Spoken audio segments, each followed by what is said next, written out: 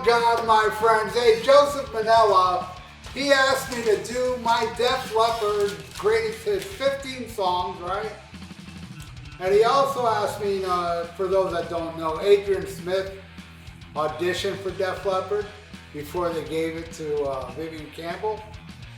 And Joseph asked me, what do you think if Adrian Smith would have joined Def Leppard? You think they still would have sucked? Of course they still would have sucked. There's no way around it. I mean, look what happened. In my opinion, an even better guitar player than Adrian Smith, Vivian Campbell, joined them. And, you know, see, here's the thing. Part of Vivian Campbell being in the band, they told him, you know, hey, you got the gig, but you got to do one thing. And he's like, whatever, I'll do it. He's like, you got to snip your nuts. That's right. Gotta get castrated. Vivian's like, damn, fuck it. It pays. That's what happened. I think. Somebody told me that. I'm pretty sure it's true. But anyway, my 15 greatest Def Leppard songs all contain 10 arms.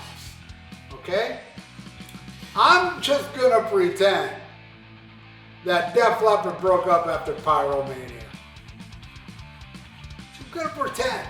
Because actually, in a way they did, without Pete Willis and without Rick Allen's arm, they changed drastically. And I do believe, somebody also told me this, when Rick Allen lost his arm, you know, you gotta hand it for the Def Leppard band, man. They stuck by him. And they said, we're gonna get you in the band too. We're gonna get you in the band with one arm, it doesn't matter, but we're gonna have to ask you to do something for us in order to continue in the band with one arm and play drums. The rest of the band, me, Phil, Steve, and Rick Savage, we're all going to get our balls snipped. So you gotta come with us. And he's like, damn, I'll do it, man. That's what, somebody told me that. I think that person was telling me the truth. All right, so here we go. This is my best of Def Leppard 15 tracks, okay? Opening track is on none of their albums. It's a song called Glad to Be Alive. And it's on, I should have pulled it out. Can I still pull it out? All the Def Leppard stuff I got, all the cool Def Leppard stuff, it's right here. So yeah, you could. Let me get down. There's Destruction, and Devastation, and Denner Sherman. All right, here we go. Right here. This album right here. It has a song called Glad I'm Alive. Did I say Glad to Be Alive? It's a song called Glad I'm Alive off this album, First Strike, which I bought this when it was new. I saw this in a record store, I bought it.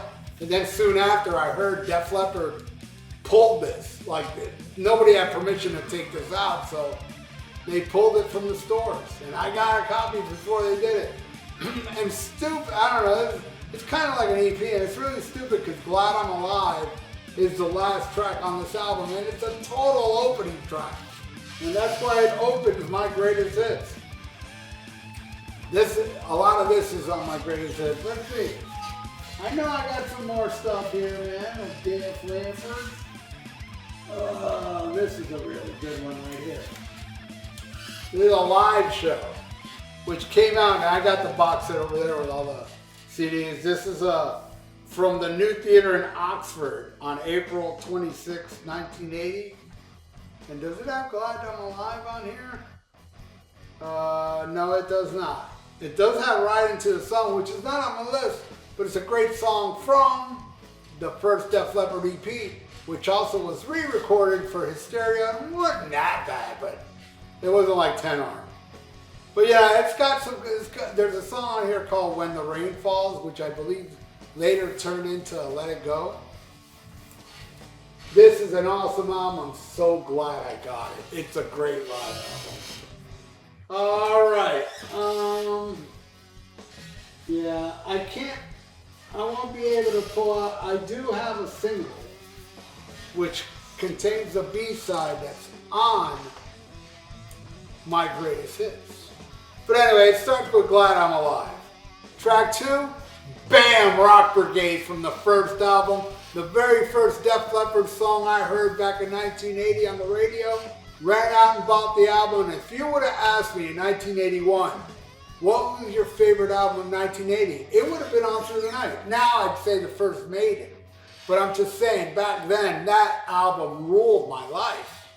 I love On Through the Night. You know, there's a lot of people who don't. And really, you know, a lot of people are like, oh, well, Def Leppard was a new wave of British heavy metal band until, you know, Pyromania. No, not true. They were only a new wave of heavy metal band on the first album and everything before.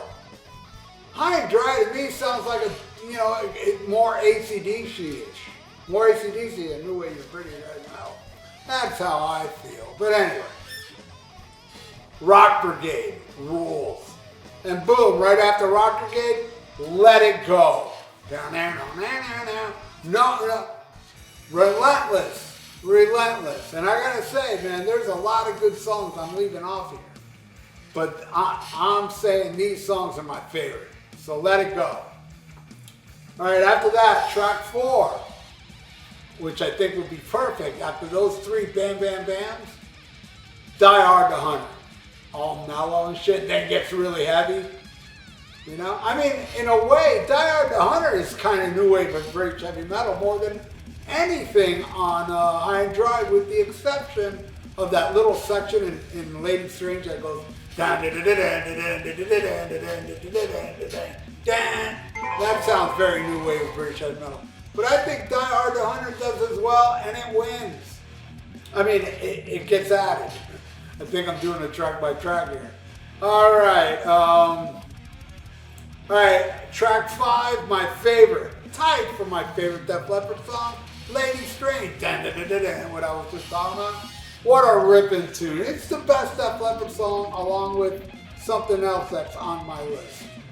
I love Lady Strange. And then after that, a total new wave of British heavy metal Def Leppard song.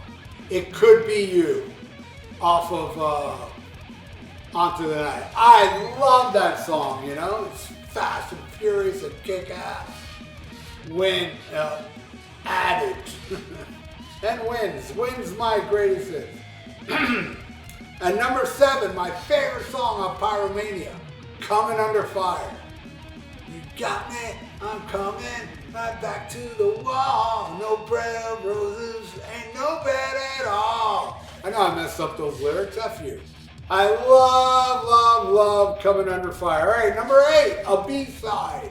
And I do have the single. I should have, it's a pain in the ass for me to grab it now. It'll take me ever to get it out, because I don't know which album I put it in. But I have the single for Hello America. And the B-side of that song, that is a song called Good Morning Freedom, that I feel is way better than Hello America. And it's better than many of the songs off On Through the Night. I think that song should have made On Through the Night. But hey, it made my greatest hits. Hell yeah. All right. Yeah, Good Morning Freedom, number 8. At number 9, Wasted, man. A lot of people, you know, oh, Wasted is my favorite song off On Through the Night. I'm like, hell yeah, bro. May not be my favorite, but hell yeah, bro. Yeah, so Coming Under Fire. I mean, Wasted. All right, number 10. What's tied with my favorite Def Leppard song, Mirror, Mirror. That song is fucking epic. That and Lady Strange, top-notch Def Leppard, bro. Definitely Mirror, Mirror gets that nod. All right, number 11, Stage Fright, off of Pyromania. I just think it's a ripping tune. It should be an intro, like with the welcome to the show, but I think, fuck it, put it later on, because, hey, my favorite album of all time is The Wall, and later on in The Wall, it's like, welcome to the show. You know what I'm saying? I know what I'm saying. Anyway, Stage Fright, number 11. At number 12, Hit and Run from High and Dry. Another ripping. It was hard. I was thinking, man, either Hit and Run or No No No. They're both kind of tied for me. I gave it to Hit and Run because No No No. I love No No No though. A lot of people don't. A lot of people would pick that as their least favorite off High and Dry. Not me. It'd be one of my favorites. Definitely in my top 5. But yeah, I given it to Hit and Run. Man, and I'm telling you this now, I like No No No more than Hit and Run. I do. But I feel like Hit and Run would have fit better, you know? Because No No No is a great ending too. And I didn't want to end the song with that. Alright? Alright, 13 and 14 are, I believe, 2 songs that end the first album. Starting with Answer to the Master. Probably the best solos on there, man. That ripping dual solo attack to a total new wave of British heavy metal. It fucking owns. Answer to the Master. Hell yeah. Giving it to that. Alright, then we end it with Overture. The big epic ending of On Through the Night. I think it's an awesome song. And I've lived with it now for 45 freaking years. So now I'm going to tell you what hurt to leave off. Saturday Night High and Dry. Bringing on the Heartbreak, the Switch song. Alright, that's the ones that really hurt off High and Dry. The others are great too, but I'm just saying, because High and Dry is all killing, no filler. Then on Through the Night, I left off, yeah, I'm not the biggest fan of Hello America. I do love Satellite. I love When the Walls Come Falling Down. Rocks Off, a lot of people like that one. I'm kind of like, eh. It Don't Matter is awesome. And I think that's it. And then Pyromania, Photograph would be the one. Out of all those songs, that would be the one that hurts the most because Photograph is a perfect song. But I left it off because I felt like Photograph's a little too poppy for my greatest hits, man. But I think it may be the most perfect pop rock song ever written and recorded, in my opinion. But my shit's a little too heavy for that, man. So there you go, Joseph Manella. There is my greatest hits of Def Leppard. I hope you enjoyed this. And thank you, my friend. You are the one that broke the record of my donation this month because of Joseph Manella.